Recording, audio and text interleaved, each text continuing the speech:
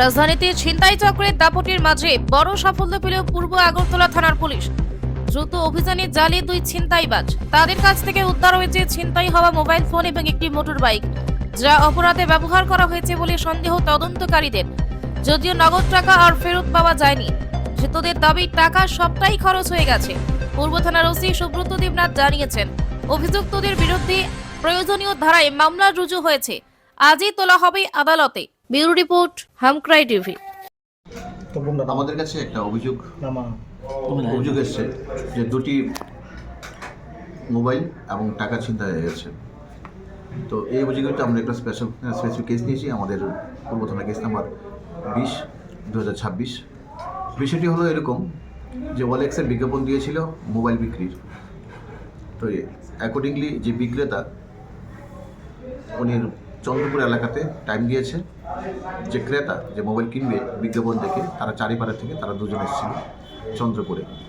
তো ওইখানে যে মোবাইল বিজ্ঞাপনদাতা উনি ওনার সাথে আরেকজন বন্ধুকে রেখেছে। তো তারা দুজন এখানে মিট করেছে চন্দ্রপুরে। তো মিট করে ওইখানে তারা খুব চালাকি করে যারা বিক্রেতা তারা টাকা নিয়েছে, 7,000 টাকা নিয়েছে এবং ফোন দেয়নি। উল্টো যাদের ফোন নিয়ে এসেছিল, যারা তাদের কাছে যে ক্রেতা তাদের নিজের ফোন, তাদের দুটো ফোন তারা নিয়ে তারা পালিয়ে গেছে। এটাই ছিল আমাদের অভিযোগ। এই অভিযোগের ভিত্তিতে আমি স্পেসিফিক কেস নিয়েছি এবং কেসটি আমি আমার সার্ভিসের সমস্যা আপনাকে তদন্ত করতে দিয়েছি।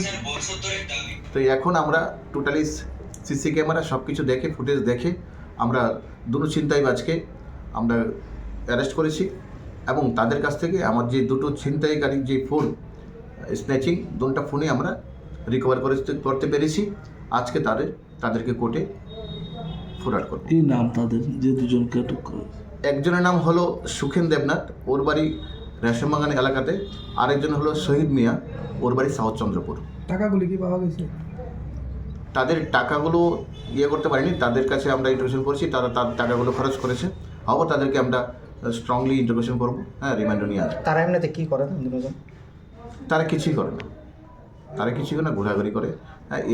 এজ গ্রুপ তাদের 24-25, একজনের বয়স 24, একজনের বয়স 23। তার বিরুদ্ধে আগে কোনো আপনাদের না, এর বিরুদ্ধে আগে আমরা রেকর্ড চেক করেছি, আগে পাইনি এবং অন্য থানা থেকে আমরা রিপোর্ট নিচ্ছি আগে অন্য কোনোখানে তাদের এগেনস্টে কোনো কমপ্লেন আছে কিনা।